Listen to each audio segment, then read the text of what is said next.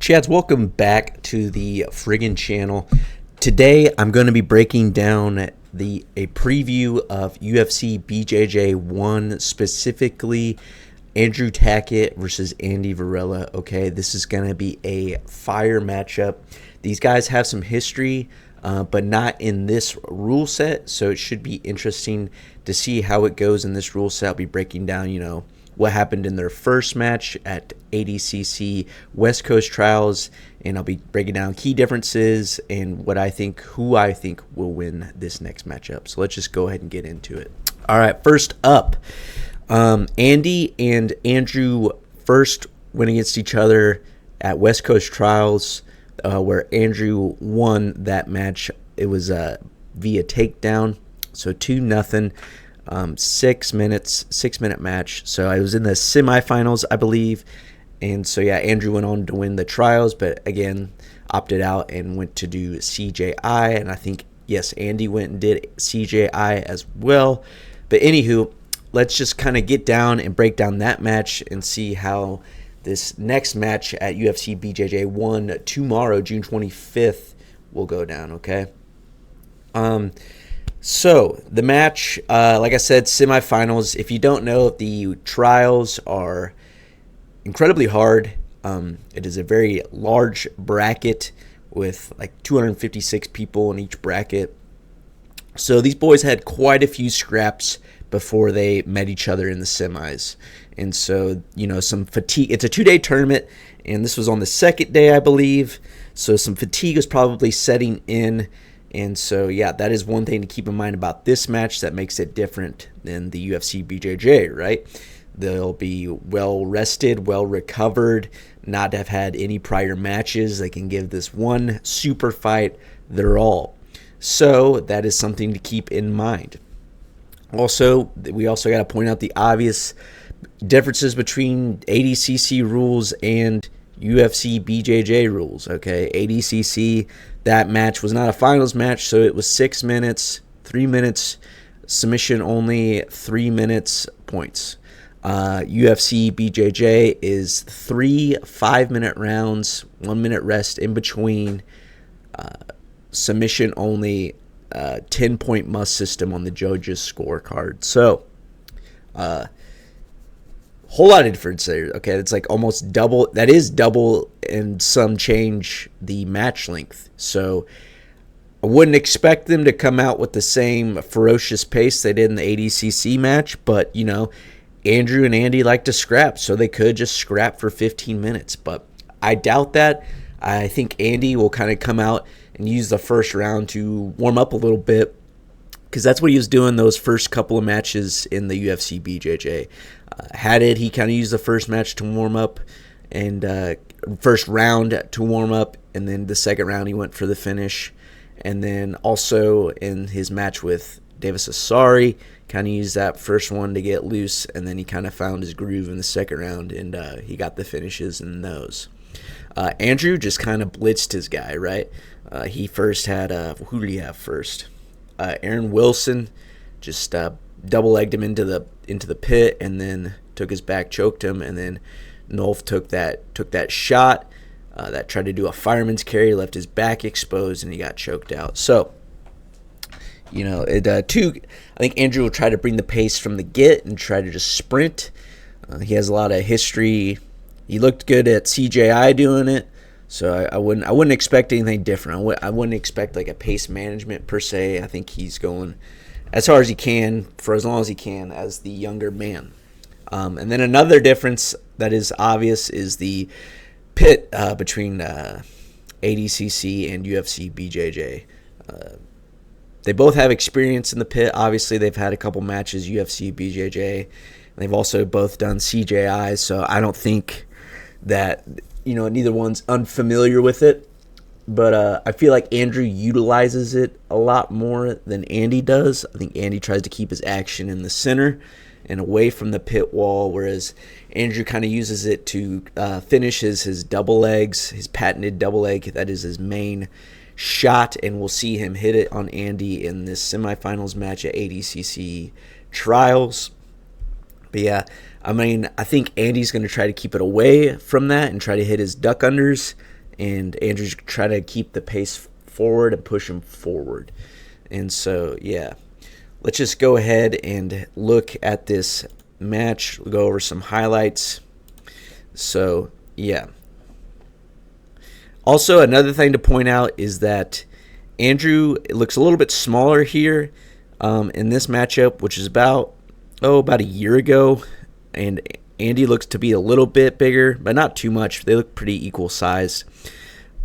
I would say, looking at the UFC BJJ, Andrew's put on some contractile tissue and isn't exactly the smaller man anymore. May even have a little bit of size on Andy, but I think they'll probably be about the same size equivalent, and so I don't think either of them will have the strength advantage per se. But one thing's for certain, neither one is pulling guard. They're going to scrap for top position, and I appreciate that. That's entertaining. I hope we can hear Andy talk trash like he did in his first 2 matches. But yeah, so the first couple of minute or two of this match, it's just a lot of heavy collar ties, heavy hand fighting. Andy really initiating the heavy collar ties, and Andrew clearing and trying to get some space. Andrew on his feet really wants to create distance so he can start hitting these fakes or feints, and he gets Andy to start biting on him really, really badly. And then he's able to hit that double leg. That's not really to the knee. It's like a blast double leg on the feet, because Andy has a tendency to stand a little upright. And so Andrew takes advantage of that with a blast double leg. And so I think in this match we might see Andy try to lower his stance a little bit just to be more prepared for that double leg. But yeah, we'll watch it a little bit more.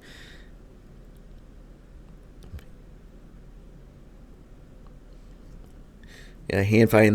There he goes. He goes in. He penetrates. Drives up. Really good finish. This is right before points, though, so that does not score any points. So, yeah, they go back center. He almost... So let's get back to here. They're in butterfly. He stands up. And he goes for a bit of a Toriano leg drag passing. And, yeah, there we go. Gets on that side. Gets past the legs. This is not scored as a pass in ADCC rules. But obviously, if it's a 10-point must system and that's in a round, that is going to give Andrew some big kudos there, right? As well as the obvious double leg takedown. And so, yeah. But Andy does a good job fighting here, not conceding the position, and really fighting back up to his feet. Scrambling here like a freaking dog. But yeah, he gets that underhook, comes back up, does a good job keeping that arm between him and Andrew, and stays back on the feet. So Andrew fixes the hair. Maybe we'll see that. Maybe he's grown out of that. Doubt it. It's his patented move. But yeah, there he goes. There he is again. He always hits this double leg from space. He hand fights hard, and then he kind of gets some space going, hits his fakes, and blast doubles it. So here once again, watch it. He gets Andy to bite, and boom. Gets those hands reaching, gets underneath Andy for the takedown to get the 2 points. But yet, he's able to hold Andy in butterfly guard, not allow him to get up right away. But eventually here at the last 30, and he's able to kind of push him off and come back up to his feet. They reset.